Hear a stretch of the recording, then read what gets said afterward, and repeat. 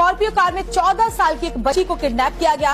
दारोगा और उसके साथी शिवबरन ने मिलकर नाबालिग से गैंगरेप किया और 2 घंटे तक इस गाड़ी में उसके साथ हैवानियत करते रहे और फिर 2 घंटे बाद किशोरी की हालत बिगड़ी तो घर के बाहर उसे फेंक दिया और इसके बाद परिजन लड़की को चौकी ले गए तो वहां से उन्हें भगा दिया गया।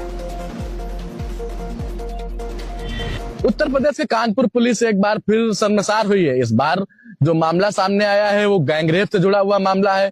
सचेंडी थाना क्षेत्र के भीमसेन चौकी इंचार्ज अमित मौर्य और उसका साथी शिवबरन यादव ने एक लड़की को अगवा किया। अगवा करने के बाद में स्कॉर्पियो गाड़ी में ले जाकर उसके साथ में गैंगरेप किया। गैंगरेप करने के बाद में उसको घर के पास में छोड़ दिया। उसके बाद में जब युवती खून में लथपथ अपने घर पहुंची तो परिवार वालों को इस मामले की जानकारी दी। परिवार वालों ने डायल 112 में सूचना दी। उसके बाद में सचेंडी थाने के थाना अध्यक्ष विक्रम सिंह मौके पे पहुंचते हैं, जांच शुरू कर देते हैं। पता चला कि जो दरोगा अमित मौर्य थे वो सचेंडी थाना क्षेत्र के भीमसेन चौकी इंचार्ज।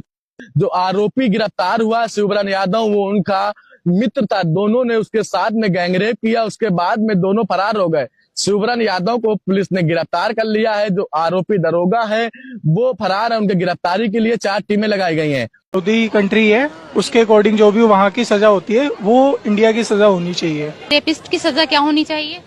सऊदी अरब की तरह एक सजा होनी चाहिए उसको। यहाँ पर सजाए मौत होनी चाहिए, जैसे अरब में होती है वैसे यहाँ भी होनी चाहिए। हर जगह होनी चाहिए ये चीज।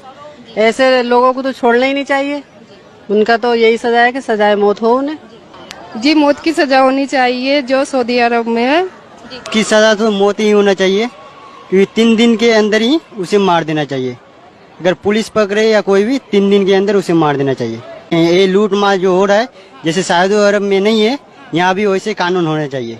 जैसा सऊदी अरब में कानून बनाया गया सेम उसी तरह कानून हमारे इंडिया में ही लागू करनी चाहिए। इंडिया में एक बच्चों के साथ बलात्कार किया जा रहा है। यहाँ तक कि किसी भी औरत को सुरक्षित नहीं रखा जा सकता है। कहीं पे भी किसी भी मोड़ पे कोई भी औरत अपने आप को सुरक्षित महसूस नहीं कर रही है। बाहर का कानून होना चाहिए जिसके लिए सऊदी अरब की तरह जैसे सजाए मौत होनी चाहिए। खुले आम उनको फांसी पे लटकाया जाना चाहिए।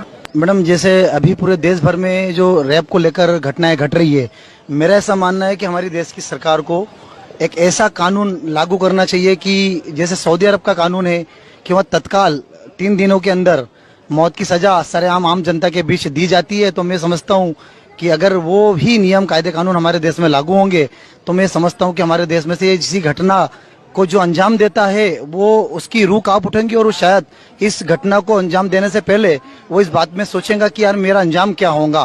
मैं ये कहना चाहता हूँ कि जमीन आसमान संसार का रब एक, ईश्वर एक, तो यूनिफॉर्म सिविल और क्रिमिनल लॉ होना चाहिए ताकि चिन्मयानंद आसाराम को चौरस्ते पे लाके मुंडी मार के हिंदू बेटियों की और मुस्लिम बेटियों की इज्जत बचा सके।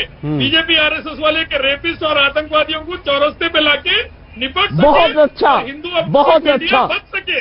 जमीन आसमान का रब है तो कानून भी क्रिमिनल तो शराफुद्दीन थोड़ा सा सरकार हमारी बेटियों को बचाइए मंदिर से, आश्रम से, जहाँ भी रेप हो रहा वहां से। और ये तभी पॉसिबल है जब हम रेपिस्ट को चौरस्ते पे लाकर उसकी गर्दन उड़ाएंगे, नहीं तो पॉसिबल नहीं है। हर 20 मिनट में एक रेप हो रहा, हजारों बच्चों का रेप हो रहा, लाखों बच्चों को फीटिसाइड में मार दे रही। आज हिंदुस्तान के अंदर नारी सेफ नहीं है। क्राइम में नंबर 1 पे चले गए हम वर्ल्ड में औरतों के खिलाफ। हम सब जाइए फिर बाहर सऊदी अरेबिया। आप देखिए रेप के खिलाफ कानून है लेकिन रेप और गैंगरेप बढ़ रहे हैं।